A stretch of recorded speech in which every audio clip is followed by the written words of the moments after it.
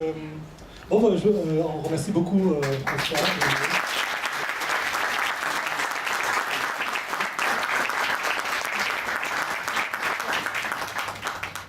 Donc, nous allons recevoir maintenant Loïc Cardin. Voilà. Vous connaissez tous, je suppose.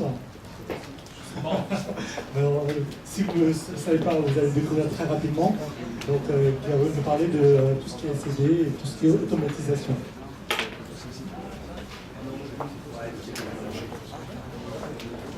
Technique et... Donc, 5 minutes.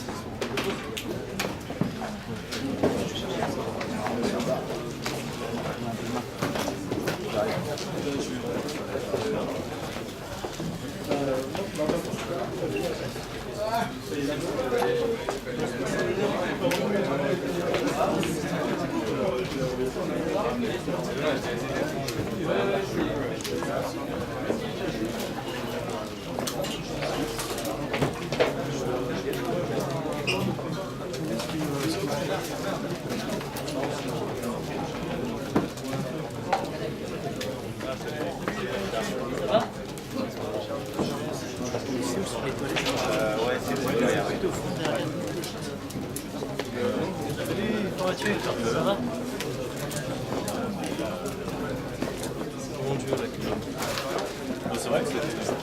Ouais. Ouais, j'aime bien. Un verre d'eau.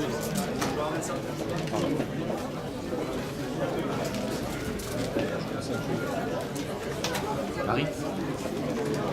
Marie. Marie.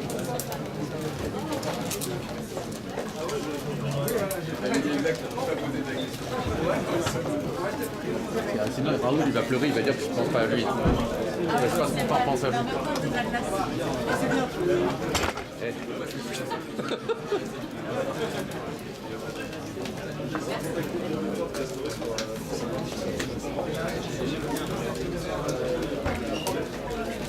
Là, il fait trop chaud là. C'est trop chaud.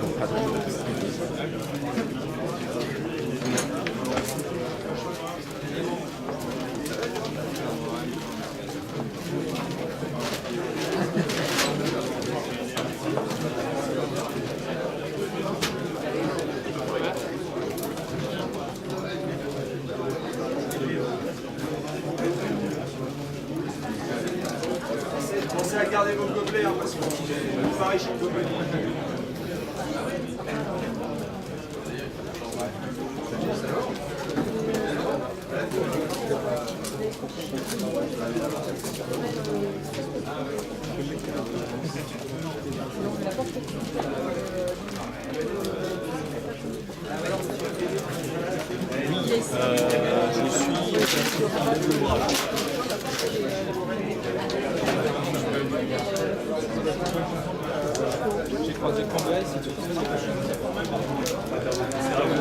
Parce que j'ai en charge de surveiller un sac là.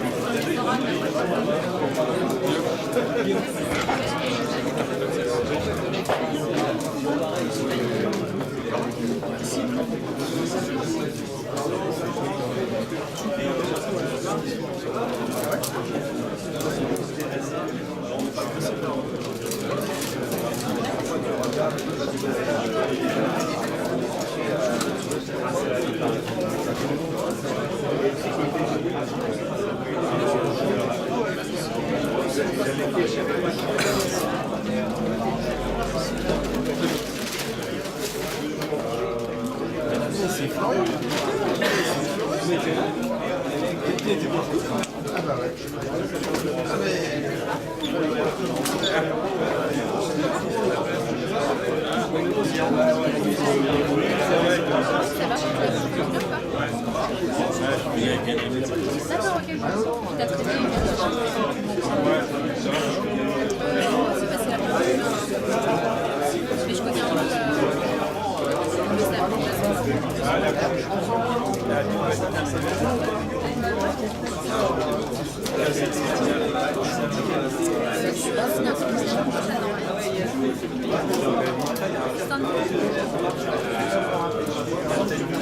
Saint-Denis, Saint-Denis, 93.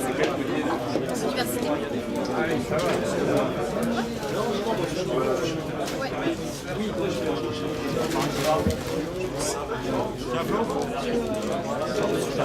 C'est moi.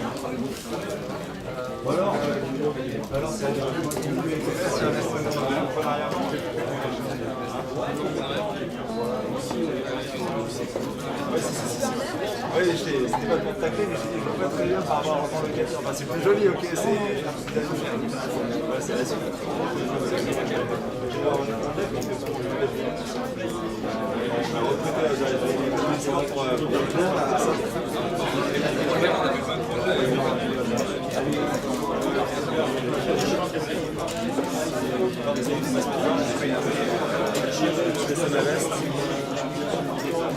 Flo, tu vas dans les parages ou pas? Tu vas dans les parages ou pas? Parce qu'il y a le TF, je me fous d'or.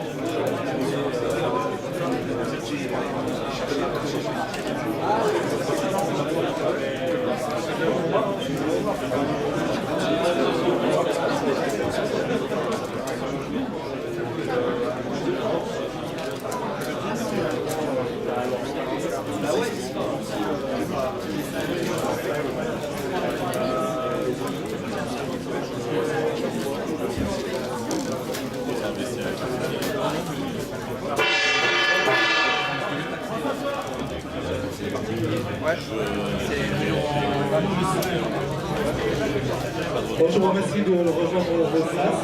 On va continuer. Parce qu'on aura une bonne soirée. Donc, qu'on puisse avoir un peu de temps pour répéter, comme aussi de vous rejoindre vos places.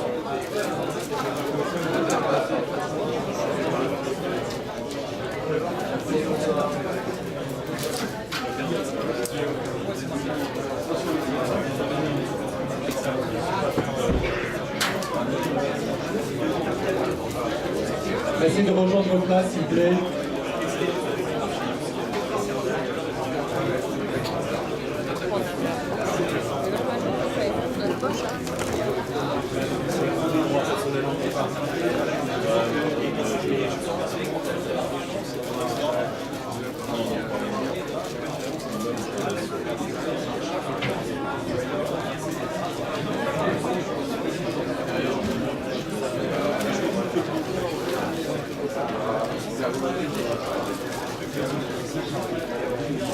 Rejoignez vos places.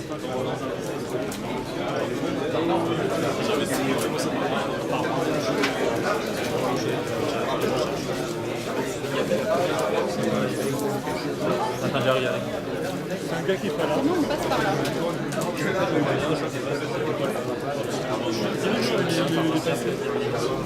Ah oui, c'est rouge. En général, je ne vois plus sur les cercles. Non, c'est vrai, il est plutôt dans le C'est pas en gros, quand moi je les connais, c'est ça. C'est dans l'arbre.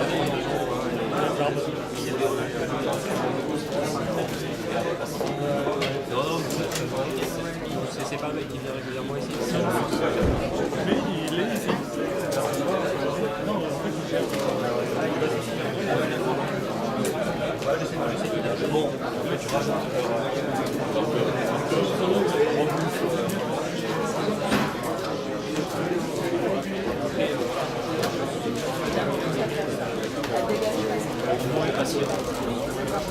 S'il vous plaît, rejoignez vos places.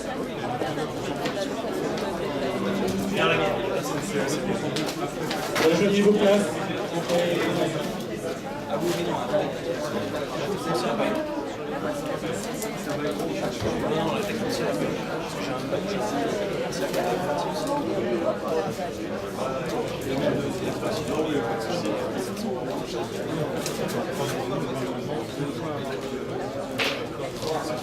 Je sais plus.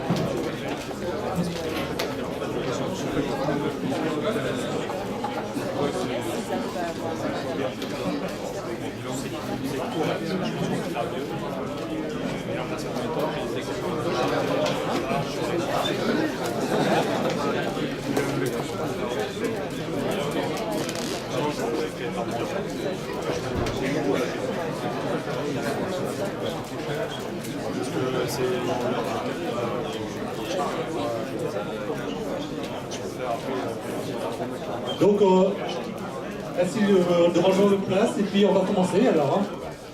Pour ceux qui sont entassés, on va commencer. Pour les autres, bah, merci de rejoindre à l'extérieur pour pouvoir discuter.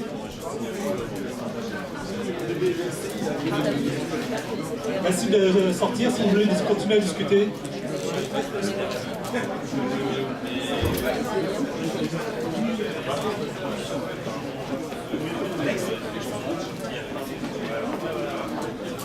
Merci de sortir si vous voulez continuer à discuter.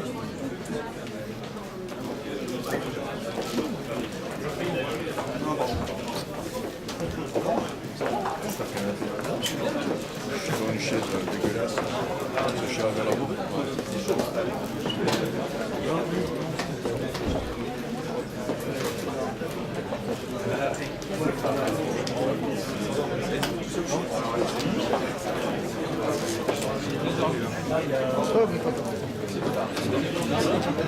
C'est ma place, tu peux la prendre.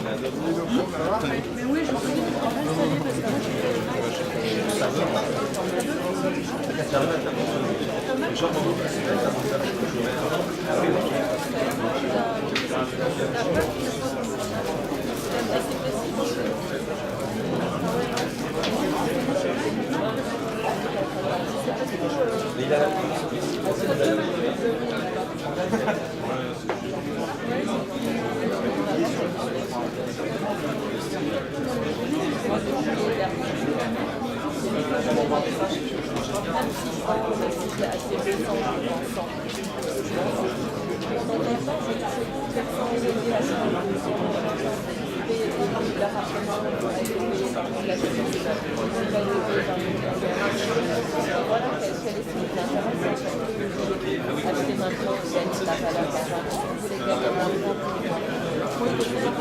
que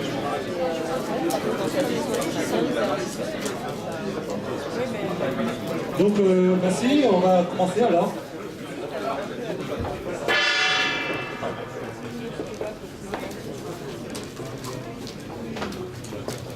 Bonjour à tous, je suis vraiment très content d'être là avec vous. Je ne sais pas si certains me connaissent un petit peu. Bon, c'est cool. Je voulais savoir un petit peu avant de démarrer, donc moi je suis Loïc Cardin, je vais me présenter un peu plus après, mais je voulais savoir en fait s'il y avait des gens, quel était votre niveau, si vous aviez déjà investi, qui a déjà investi en fait ici? Ok, donc il y a plutôt des gens qui ont... Ok, et qui a déjà fait de la location de courte durée ou qui fait de la location de courte durée aujourd'hui? Il y en a un petit peu, d'accord, ok. Bon, je vais vous parler un petit peu de location de courte durée aujourd'hui. Alors, vous allez voir plus en détail. Ce que je vais faire, c'est que je vais vous montrer le programme de ce qu'on va voir. En fait, l'idée, c'est d'abord de parler d'une chose dont on ne parle pas toujours, en fait, qui est le plafond de verre de l'immobilier. Et on va voir justement un petit peu comment passer ce plafond de verre. On va aborder aussi le nombre de lots qu'il nous faut pour pouvoir vivre de l'immobilier, pour pouvoir se créer véritablement des revenus. Et on va regarder aussi quelles sont les stratégies en fait, qui sont à notre disposition pour ça. On va voir aussi si acheter gros nous permet vraiment de gagner plus ou pas. On va voir ça en détail. On va parler aussi un petit peu de dispositifs fiscaux rapidement. Bon, même si beaucoup ont investi ici, je pense que les dispositifs fiscaux, ça va vous intéresser un petit peu moins, mais il y a des gens débutants aussi, donc on va l'aborder. Et on va aussi parler de maximiser en fait, son cash flow, c'est-à-dire l'idée c'est l'automatisation, c'est-à-dire d'automatiser un petit peu ce qu'on va pouvoir faire en location de courte durée, parce que souvent j'ai remarqué que beaucoup de gens hésitent à faire ça, notamment au premier investissement ou même par la suite, à cause justement du fait que ce soit assez chronophage. Et justement, en fait, vous allez voir que tout ce qui est chronophage, c'est vraiment bien, c'est ce qui s'automatise le plus facilement en fait. Alors, je vais commencer par me présenter un peu. En fait, je vous ai mis, pour démarrer, c'est une petite photo, c'est le lycée où j'étais à 16 ans, et où je me suis fait virer, en fait, après 2 années de seconde où j'allais pas beaucoup à l'école. Et à l'époque, on m'a dit tout simplement que, en gros, j'étais en train de rater ma vie. Que ma vie, elle allait se terminer, en gros, à 16 ans, c'était fini. C'était ma prof d'histoire qui m'avait dit ça, que je ferais des choses, que je ferais rien de ma vie, quoi. Et finalement, on a tous des croyances limitantes, on a tous des choses dans la tête qui font... Alors si vous êtes ici, vous en avez déjà beaucoup d'enlevés, mais je voulais vous parler de ça parce que, en fait, quand on investit dans l'IMO, on a mon premier investissement que j'ai réalisé, j'ai fait un autofinancement et j'ai eu l'impression que j'avais révolutionné un petit peu les choses, quoi. Je me suis dit, mais attends, c'est quelqu'un d'autre qui paye mon prêt, c'est excellent.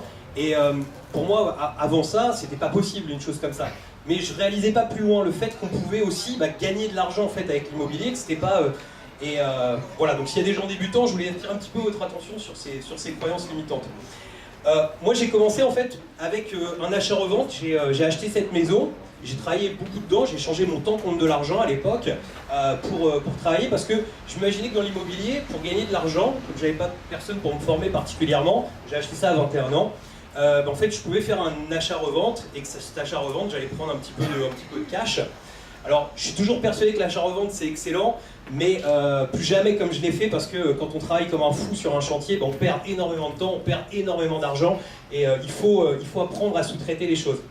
Alors je vous ai mis à côté une photo de camion, c'est parce qu'en fait à l'époque j'ai changé beaucoup mon temps contre de l'argent, donc j'ai vendu des petits utilitaires, pas les gros qui étaient à côté. Et dans le même temps j'ai monté ma première pseudo-entreprise sur internet, c'est que je suis devenu vendeur pro eBay en fait. J'ai vendu des articles d'occasion et donc j'avais un timing, c'était lundi, vendredi, je travaillais à vendre des véhicules. Lundi soir, mardi soir, etc., tous les soirs de la semaine, je travaillais dans ma maison. Et le week-end, j'allais dans les foires à tout acheter des objets d'occasion pour les revendre sur eBay. Ça a pris tellement d'ampleur que je me suis retrouvé avec plus de 100 colis à faire à la semaine. Et en fait, je m'étais recréé un job. Et bon, je gagnais de l'argent, c'est bien. Mais voilà, 7-7, à fond. Donc, j'ai lâché tout ça. Et j'ai monté une start-up dans les télécoms. Donc, toujours très fonceur. Donc, 23 ans, start-up dans les télécoms. Et là, ça a été une explosion. On a démarré avec en gros 500 € de découvert bancaire avec un associé et on a développé un produit, on a réussi à soulever de l'argent et on a fait 1 million d'euros la 2e année. Et puis la 3e année, on avait 17 salariés avec nous et la 4e année, en fait nos financeurs nous ont coupé nos vivres et la 4e année on a fermé. Donc c'était une expérience particulière. Mais toujours, tu vois, dans l'état d'esprit, on fonce, on y va, on est dans l'action, il faut y aller. Alors je vous parle de tout ça, je vais vous parler maintenant quand même d'immobilier. C'est que à ce moment-là, ça m'a permis de rencontrer en fait le fait d'entreprendre. Comme j'avais pas forcément d'études, ça m'a permis de rencontrer en fait des gens formidables, d'autres entrepreneurs, des gens qui avaient des vrais parcours de vie et des gens aussi plus âgés et qui avaient justement l'expérience de l'immobilier. Et c'est là en fait où vraiment j'ai pris la dimension de l'investissement, parce que j'ai rencontré une personne qui est toujours un de mes mentors d'ailleurs, qui est une personne qui a plus de 60 ans aujourd'hui, et qui m'a justement amené à m'ouvrir l'esprit et à me dire voilà, on peut faire autre chose, on peut faire autrement, et quelqu'un d'autre peut payer ton crédit. Donc pendant que j'avais ça, j'ai acheté 2 petites maisons de ville, je vous les avais en photo ici. Donc j'étais, comme je vous le disais tout à l'heure, persuadé que j'étais le roi du pétrole avec ça, parce que j'avais réussi à faire payer mon crédit par quelqu'un d'autre. Sauf que, étant entrepreneur, si certains sont entrepreneurs dans la salle, vous le savez, des fois c'est pas toujours facile de soulever des crédits. J'étais sur une start-up qui mangeait autant d'argent qu'elle en gagnait, voire qu'en mangeait plus. Donc forcément, on m'a laissé en faire 2, puis on m'a bloqué un petit peu après. Et puis, donc quand ma start-up s'est stoppée, remise en question totale, pas de revenus quand on est entrepreneur, c'est-à-dire que je me suis retrouvé avec un très beau salaire et à tomber à zéro du jour au lendemain. Et là, il y avait 2 choix en fait, c'était soit je pouvais essayer de vendre ces 2 petites maisons, récupérer un petit billet entre deux, et puis repartir salarié, puis repartir à zéro, ou rebondir et y aller.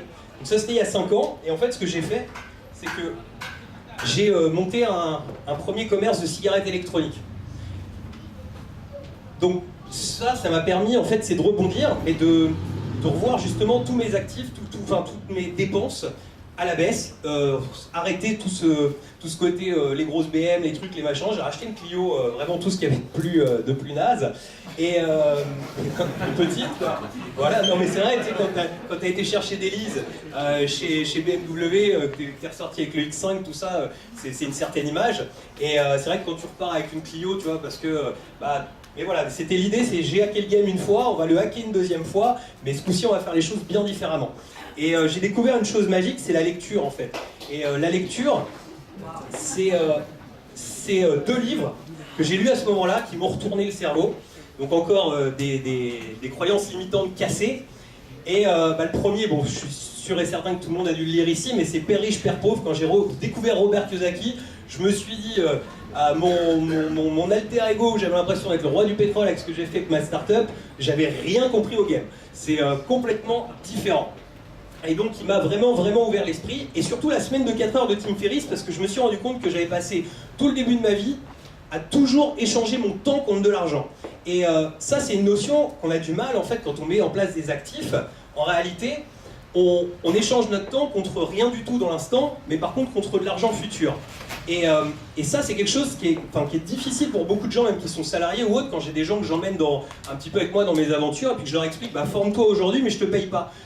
Passe 15 jours, 3 semaines, tu vas te former sur ce sujet-là, et puis après je te paierai. Et j'ai peu de gens en fait qui veulent venir dans cette aventure avec cet état d'esprit, parce qu'on a l'habitude de toujours être rémunéré pour ce qu'on fait sur l'instant. Alors que c'est hyper important, et c'est pareil avec l'immobilier, c'est qu'on va beaucoup travailler sur quelque chose, on va rien gagner à ce moment-là, par contre demain on a la possibilité de gagner bien plus.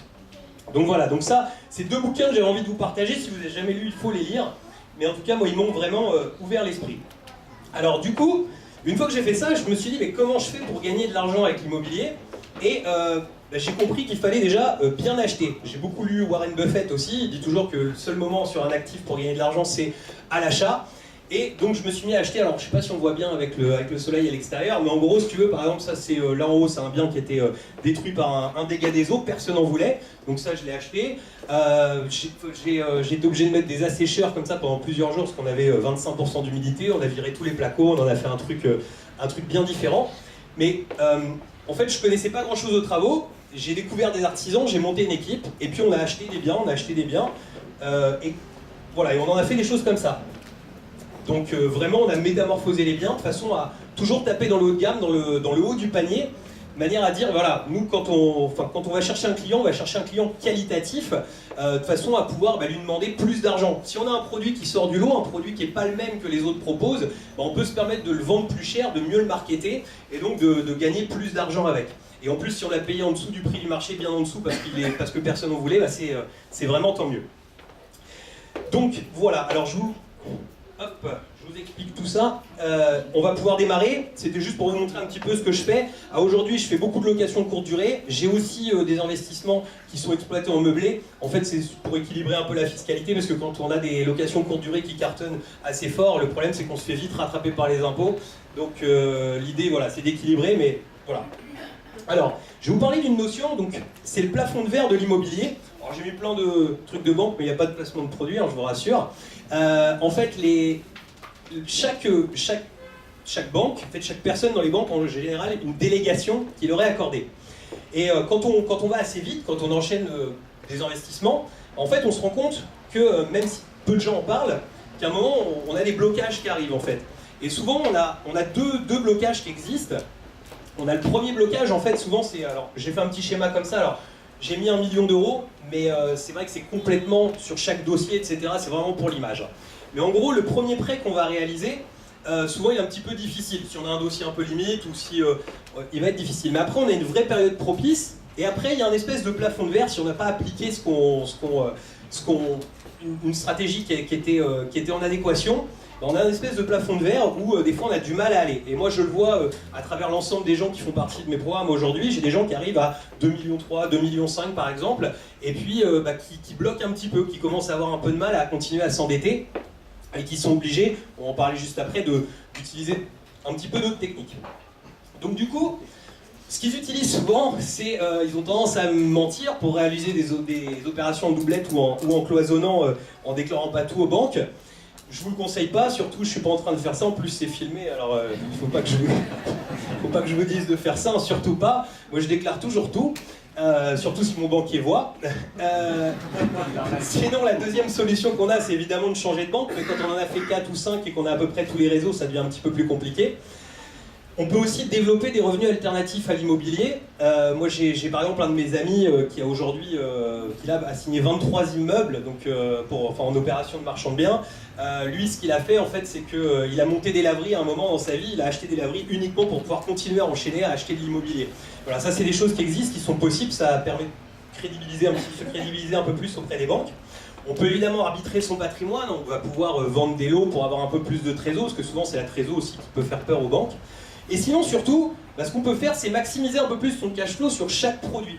Parce qu'on a plein de stratégies qui sont à notre disposition. Et souvent, les gens, on va en parler un peu plus loin, mais souvent, les gens ont tendance à soit faire l'immeuble de rapport et puis le louer à l'année, ou bien faire que de la location courte durée, ou bien... mais ils ne vont pas forcément mixer les stratégies, et c'est ce qu'on va essayer de voir un petit peu plus. Alors, on va attaquer maintenant, vous allez voir, tout va être lié après. Hein. Je zappe vite d'un sujet à l'autre, mais... Combien faut-il de lots pour vivre de l'immobilier? Alors, c'est une question un peu bête, hein, parce que ça dépend toujours de ce qu'on veut comme salaire, etc. Mais en gros, ce qu'il faut se dire, quand on veut vivre de l'IMO, en fait, il y a des limites contre lesquelles on ne peut absolument pas lutter. C'est notre capacité d'endettement de départ, on a tous des revenus un petit peu différents, et c'est vrai que quand on a des revenus un petit peu faibles, on peut s'imaginer que c'est un petit peu difficile de démarrer, d'où aussi les idées reçues que l'immobilier est réservé aux riches, etc. D'ailleurs, je fais une petite parenthèse, mais moi, quand je pensais que c'était réservé qu'aux riches, un jour, en tant qu'entrepreneur, je me suis posé une question, je me suis dit, mais comment des gens font pour avoir 60, 80 lots? On peut avoir de l'argent de famille, mais c'est pas possible d'arriver là. Bon, maintenant, je sais pourquoi et comment ils ont fait. L'évolution de notre capacité d'endettement au fur et à mesure de notre carrière d'investisseur, et en fait, ça c'est important, c'est parce qu'on est obligé de toujours monter la trésorerie en fait. C'est par exemple une chose que j'ai pas fait moi au début, quand j'ai investi, c'était de faire des décalages de prêts pour mettre plus d'argent de côté. C'est-à-dire que mon idée c'était quand même de dire bon, je fais un espèce d'entre-deux, l'idée c'est quand même de repayer assez vite, mais pas trop vite non plus. Et puis en fait on se retrouve dans un entre-deux parce qu'une banque, il faut savoir qu'en général ce qu'ils aiment c'est soit le cash dispo vraiment sur un compte bancaire, ou bien que notre bien soit fini de repayer. Mais l'entre-deux quelque part, c'est pas forcément important. Donc, je disais, tout dépend de la stratégie. Alors, on va voir comment on fait pour atteindre 3 000 € de revenus mensuels, et vous allez voir la puissance de la location courte durée dans ce genre de moment. Alors, c'est assez simple, mais si on loue à l'année, en général, 100 €, c'est quelque chose qui me semble assez cohérent. On a fait un investissement qui n'est pas mauvais, on va faire 100 € de cash flow sur un bien. Si on veut 3 000 €, il nous en faut quand même 30 lots. Donc 30 lots, si on est dans une ville où ça nous coûte 100 000 € par exemple, le bien, on va être vite à 3 millions d'euros d'encours. Et le 3 millions d'euros, je peux vous dire que pour l'atteindre, c'est quand même compliqué en encours. Il y a un moment, les banques ont quand même beaucoup de mal à nous emmener jusque-là. En courte durée, en général on fait x5, on a même des x7, x8, ça dépend un petit peu d'où on est, etc. C'est pour ça que j'ai pris x5, mais en gros, avec Silo, finalement 3000 € on peut les atteindre, ça va assez vite. Et donc voilà, donc c'est quelque chose que j'avais envie de vous montrer. Concrètement, en fait, ce qu'il faut retenir de ça, c'est que plus la stratégie elle est gagnante, plus on va vivre vite de ses rentes immobilières. Mais plus la stratégie elle est gagnante aussi, moins on va avoir de mal à défendre son dossier auprès des banques. Alors, l'allocation courte durée, souvent quand vous faites le premier, moi je l'ai vraiment vécu, j'ai un banquier, j'ai fait le premier chez lui, quand je l'ai fait, il avait vu les autres chiffres, mais il n'était pas, je pense qu'il n'était pas à fond. Et du coup, bon, il me l'a accordé parce qu'il avait envie de prendre un compte bancaire d'une société que j'avais à côté. Et on l'a fait, et en fait, 6 mois après, il m'a recontacté parce qu'il m'avait signé un crédit à 400 € et puis ça envoyait 2500 € tous les mois. Et du coup, il m'a recontacté, il m'a dit est-ce qu'on pourrait déjeuner ensemble? Donc il m'a invité à déjeuner, et puis je lui ai fait acheter un immeuble, et puis il a fait que de la courte durée dans l'immeuble. Donc ça, c'était plutôt sympa. Donc voilà, donc en tout cas, ça permet de mieux défendre, parce que je peux vous dire qu'une fois que vous avez fait investir votre banquier, il n'y a pas de souci, il vous passe à peu près tout ce que vous voulez.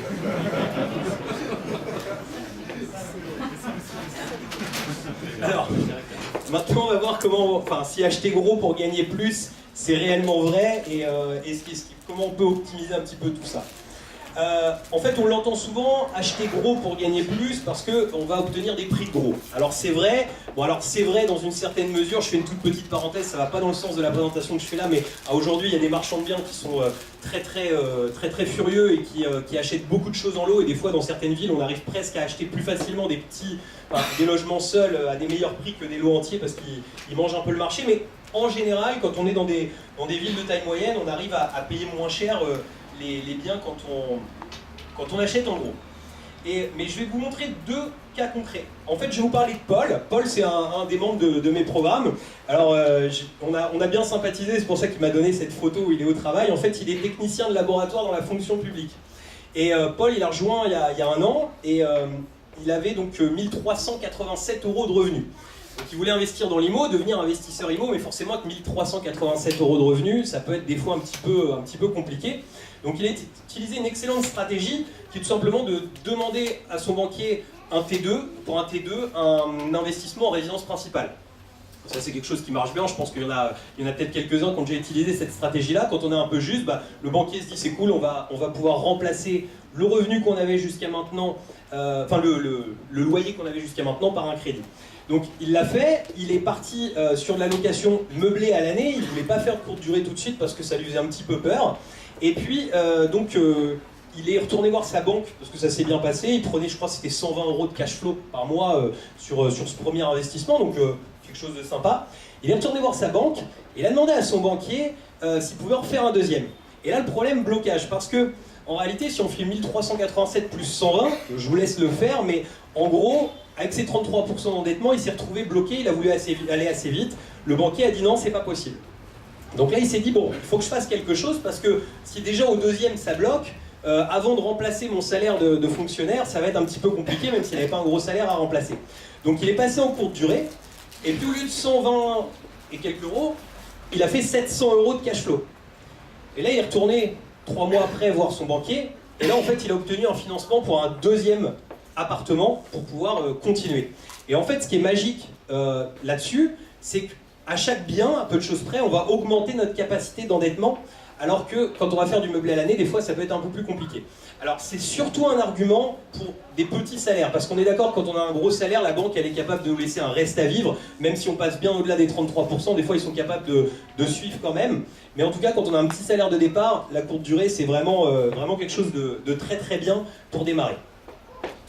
Ensuite, je vais vous prendre, alors c'est pas vraiment eux, c'est Frédéric et Sabine, mais j'avais pas de leur photo, alors je l'ai prise sur internet. Mais alors du coup, Frédéric et Sabine, ils ont acheté un immeuble de rapport. Ils ont utilisé une très bonne technique à la base, qui est en fait d'acheter un immeuble déjà loué. Ce qui fait que quand on va à la banque, c'est un peu plus facile pour faire passer le prêt, parce qu'ils savent qu'il va y avoir tant d'euros qui vont être virés chaque mois par les locataires en place, donc ça leur a permis de l'obtenir.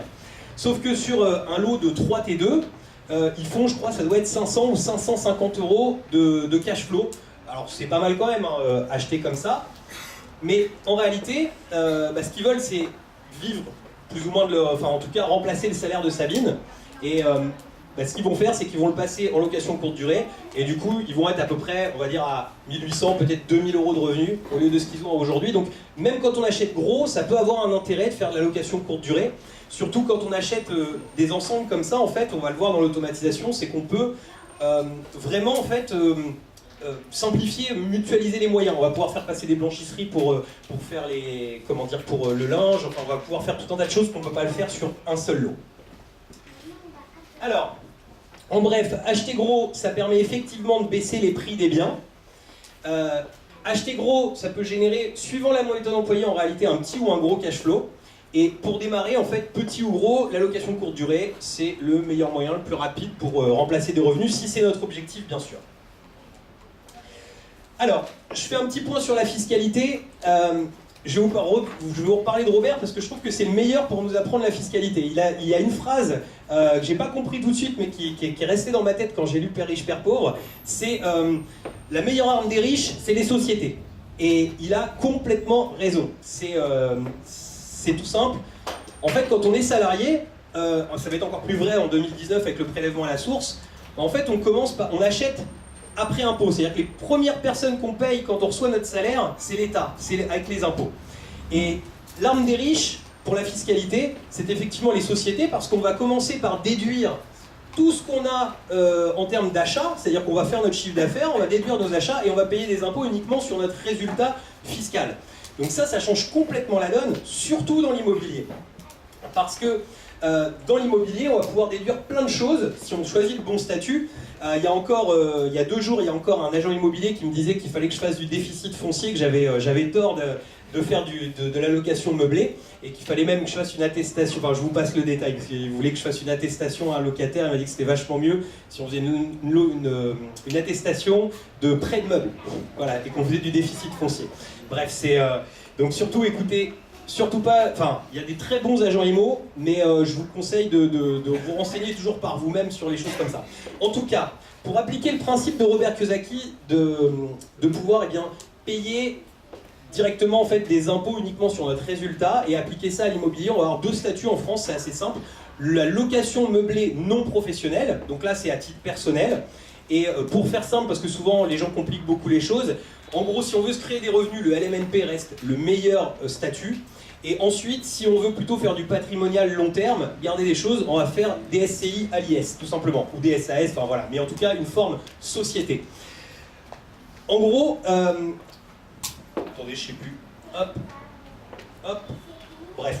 En tout cas, vous avez compris l'idée, on va avoir l'allocation meublée non professionnelle ou de l'autre côté, les SCI à l'IS ou les sociétés pour appliquer ce principe. Alors, voilà, c'est ça que je voulais vous attirer quand même un tout petit peu, c'est que, notamment même dans les gens qui font des vidéos sur internet ou tout ça, on a toujours tendance à dire que, oh là, il y a une nouveauté, il y a un nouveau truc, ça va être compliqué, ça va changer, ça va... Au final, il y a vraiment des fondamentaux qui restent toujours, et en fait ce que je vous ai expliqué là, c'est vraiment des fondamentaux qui existent depuis très longtemps, et malgré que les dispositifs fiscaux changent, et en réalité, on a toujours ces règles de base qui fonctionnent. Ça va être plus des petites règles que l'expert comptable va nous adapter, mais sinon, c'est toujours à peu près la même chose. Il est toujours possible en 2018 de ne pas payer d'impôts pendant plusieurs années quand on achète de l'immobilier, et c'est même ce qui est un petit peu abusé, c'est qu'on prend tellement le goût de ne pas payer d'impôts que plus on va en fait avancer dans notre carrière d'investisseur, et plus on va en acheter, parce que les impôts risquent d'arriver à un moment où on voit que ça s'épuise un petit peu. Et j'ai une dernière bonne nouvelle, en fait, c'est que la location courte durée, c'est apparenté à du meublé, donc en fait on peut l'utiliser en LMNP ou en société, donc voilà, avec les meilleurs dispositifs fiscaux à notre disposition. Alors, maintenant je vais vous parler, vraiment on va rentrer dans le vif du sujet, c'est de la location courte durée, parce que la location courte durée, moi quand j'ai lancé la première, parce que je me suis dit, ah c'est super, on peut faire vachement de cash, Airbnb ça marche, et puis je suis naturel fonceur, c'est-à-dire que je me suis pas trop préoccupé de comment ça marchait vraiment dans le détail, donc j'ai acheté un appartement, je l'ai mis sur Airbnb, puis je me suis rendu compte que finalement, il y avait beaucoup de tâches chronophages et que ça pouvait être vraiment long. En fait, le problème, c'est que plus on réduit le nombre de nuits, c'est logique, plus on va pouvoir vendre cher. Donc si on loue en une nuit, par exemple, c'est là où on va pouvoir vendre le plus cher en général. Mais au final, si on se crée un nouveau job, c'est pas le but. On l'a vu tout à l'heure, le fait d'échanger son temps contre de l'argent, c'est pas ce qu'on cherche, surtout pas quand on investit dans l'IMO. Donc l'idée, ça va être de pouvoir travailler un petit peu sur une automatisation de tout ça. La première chose qu'on pourrait penser, c'est donner ça en fait en gestion à des gens qui sont spécialistes de la gestion immobilière. Alors souvent j'ai mis agence immobilière, souvent c'est pas des agences qui nous gèrent nos biens en courte durée. Mais le problème c'est que ces gens-là souvent nous prennent 25% de frais et puis en plus des frais pour le ménage, pour tout ça. Donc ils nous mangent finalement une bonne partie du cash qu'on pourra avoir dans nos poches. Alors la deuxième solution, c'est de se transformer en homme de ménage comme ça ou en femme de ménage et puis de se mettre à travailler. Alors j'ai des gens dans mes programmes qui le font très bien, qui gagnent 4 ou 5 000 euros par mois à s'occuper de leurs appartements. Mais personnellement, moi je comprends qu'on aime ça, mais personnellement faire la femme de ménage même à 5 000 euros, j'ai pas forcément envie. Ce que j'aime bien c'est plutôt développer des actifs, développer des nouveaux business, développer d'autres choses. Donc du coup l'idée, c'est tout simplement, on va se poser 3 questions. Et ça en fait c'est vrai dans tout ce que j'ai plusieurs sociétés, j'ai des magasins, j'ai plein de choses, j'en parlais avant. Et à chaque fois je me pose ces 3 questions, c'est à quel moment je peux apporter une valeur ajoutée? Où est-ce que je suis bon? Où est-ce que moi je vais apporter une vraie valeur ajoutée? La deuxième question c'est quelles sont les tâches chronophages en fait qui me bloquent géographiquement, qui font que je ne peux pas bouger. Et on va voir comment remplacer ces tâches chronophages et puis ensuite comment automatiser tout le reste pour éviter d'y passer du temps, tout simplement. Alors, en fait, ce que j'ai fait, c'est que j'ai détaillé chaque étape. Et en fait, ça se résume à ça, la location courte durée. D'abord, on va avoir des annonces, de la promotion à faire pour pouvoir vendre nos appartements. Et cette étape, c'est une étape sur laquelle on va travailler qu'une seule fois. Donc ça, c'est plutôt la bonne nouvelle, c'est que c'est un petit peu comme quand on achète un bien. L'étape de l'annonce, on va faire une fois nos annonces, et puis on n'y retouchera presque pas. Ensuite, la deuxième étape, ça va être les réservations. Donc pour ça, il y a une excellente nouvelle, c'est qu'on n'a pas forcément besoin de payer des gens pour pouvoir nous gérer nos réservations. C'est qu'il y a aujourd'hui des systèmes, donc alors on appelle ça en général des channel managers, mais c'est plutôt maintenant des PMS, mais bref, c'est des systèmes qui vont nous permettre de pouvoir assez facilement synchroniser les calendriers entre eux, etc., etc. Ensuite, les échanges avec le voyageur, je dirais que ça, c'est quelque chose qui s'automatise qu'à 90%. Mais ce qui est bien, c'est que ça peut se gérer depuis un téléphone mobile. En fait, l'idée, ça va être d'envoyer des messages automatiques aux gens, de façon à pouvoir leur demander, et répondre à 90% des questions qui sont posées régulièrement. Et puis en fait, le reste, ça va être plus pour acquérir des bonnes notes, c'est-à-dire de répondre un petit peu plus personnellement sur des choses, des demandes un petit peu spécifiques. Mais on peut le faire depuis un mobile, donc du coup, on peut le faire un petit peu depuis n'importe où. Ensuite, on arrive à la partie du séjour, et le séjour en lui-même, c'est là où justement on va faire intervenir du monde, donc c'est là où on va avoir un prestataire à payer. Mais l'avantage, c'est que s'il ne s'est pas occupé de toute cette première partie, il va nous prendre moins d'argent forcément parce qu'il aura moins de valeur ajoutée. La seule valeur ajoutée qu'il va apporter, c'est de bien nettoyer le bien et de bien accueillir les gens si on n'a pas mis une boîte à clés pour accueillir. Et ensuite, on va avoir la dernière chose, ce sont les notations, et ça c'est le plus facile à automatiser, un petit message automatique. Pendant le séjour, les gens peuvent avoir un petit questionnaire pour déjà leur mettre dans la tête le fait de nous mettre des notes. Et puis en plus, comme il y a eu une phase un petit peu sympathique, s'ils ont été accueillis physiquement en amont, ils ont plus de mal à nous mettre des mauvaises notes s'ils ont bien échangé avec la personne, s'ils ont eu quelqu'un de sympa. Alors, en appliquant cette méthode, en fait, on gagne en général de 30 à 50% par rapport à si on sous-traite en fait réellement avec une société. C'est-à-dire que si on a une société qui s'occupe de tout, entre les coûts qu'ils vont nous prendre, en général, ça nous mange. Enfin, là, on va gagner de 30 à 50% en plus de... Enfin, c'est pas de chiffre d'affaires, je ne l'ai pas bien marqué. Excusez-moi, je l'ai fait hier soir à la va-vite, alors... On va réduire de 90% aussi le temps à passer par rapport à une gestion 100% soi-même. Et je vais terminer là-dessus, en fait, c'est l'exemple de Michel, c'est une personne qui fait partie de mes programmes et qui a acheté une maison en Bretagne. En fait, il a acheté, les petites maisons typiques, enfin, vous savez, les petites maisons typiques de Saint-Brieuc, tout ça, ce coin-là. Puis en fait, il avait acheté ça, c'était pour sa retraite, pour sa future retraite. Donc il s'est dit, en attendant, je vais l'exploiter sur Airbnb, et puis ça va me permettre de gagner un petit peu d'argent, enfin, tout du moins que ça s'autofinance. Donc ce qu'il avait fait comme choix, il avait fait le choix de la sous-traitance totale. Et avec la sous-traitance totale, le problème c'est que les gens ne marketent pas toujours très bien les biens. C'est-à-dire qu'eux, ils vont vraiment se payer sur un gros volume de biens, c'est-à-dire qu'ils vont peut-être avoir, je sais pas, 30-50 lots en gestion. Donc eux, finalement, si tu remplis des nuits ou si tu remplis pas des nuits, ils s'en fichent un petit peu.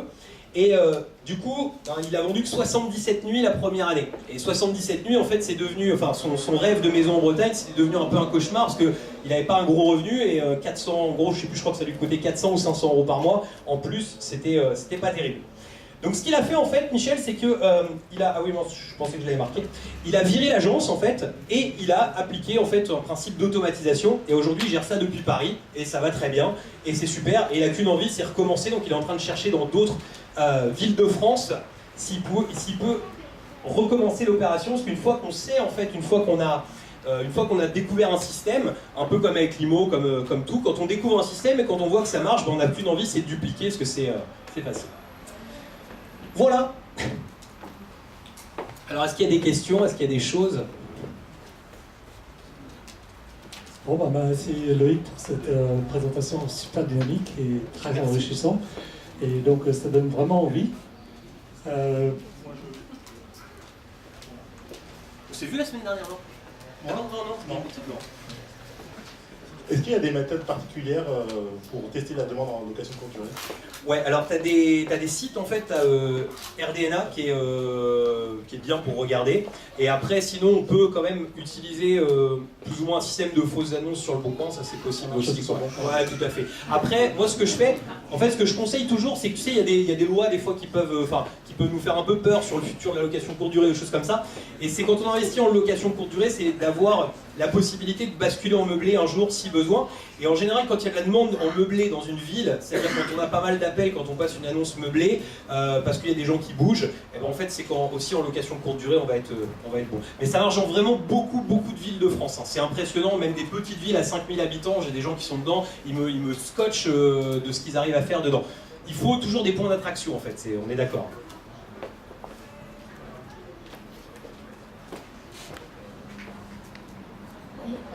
Tout à l'heure, vous parlez de Paul qui avait 120 € de cash flow et qui est passé à 720, il reste de 120 à 700. Alors, il exploitait en fait en meublé auparavant et donc il est passé en location courte durée, tout simplement. C'est-à-dire qu'il avait un meublé à l'année et il est passé en location courte durée, donc ça lui a augmenté sa capacité d'endettement. Et tout à l'heure, vous parlez des formations et quand est-ce qu'elles se déroulent et comment ça se passe du coup, Alors, moi, en fait, vous pouvez aller sur YouTube, Loïc Cardin, tout simplement. Et ensuite, c'est des programmes qu'on ouvre de temps en temps et c'est des formations vidéo, en fait, que je commercialise à aujourd'hui. Gratuite, du coup, sur YouTube. Ouais, Loïc Cardin sur YouTube, exactement. C'est des particuliers Oui, vas-y. C'est des particuliers ou c'est des sociétés à qui vous donnez la gestion pour l'accueil des ménages?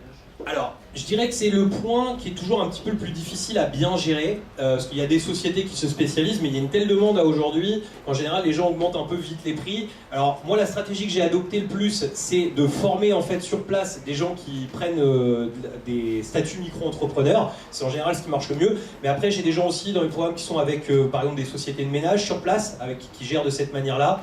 Il y a plein de solutions possibles pour pouvoir le faire, mais effectivement, ça fait partie des choses qu'il faut assez bien border parce que c'est quand même notre contact, c'est notre image au moment où les gens arrivent et notre image du ménage. Donc en fait, avec des étudiants, ils ne sont pas assez dispo pour le faire par rapport à... Alors avec des étudiants, ça peut être jouable, mais il en faut plusieurs en fait. C'est l'idée. Si on en a deux, par exemple, c'est pas mal parce que ça permet qu'il y ait toujours une disponibilité. Et puis il faut aussi bien expliquer les choses aux gens parce que c'est particulier en fait quand même la location courte durée. On va faire des accueils à des moments qui ne sont pas toujours les mêmes, du ménage des fois à des heures qui ne sont pas toujours les mêmes. Mais si c'est bien expliqué aux gens en amont et aussi les rémunérer décemment, c'est aussi l'intérêt en fait d'avoir des biens qui soient jolis, qu'on peut vendre assez cher, parce que ça permet aussi de payer les gens du coup à un bon niveau pour qu'ils restent. Parce que le problème, par exemple, il y a un site qui existe dans ma ville qui fait de la mise en relation de micro-entrepreneurs et en fait, ils payent tellement peu cher que les micro-entrepreneurs que les gens restent pas quoi.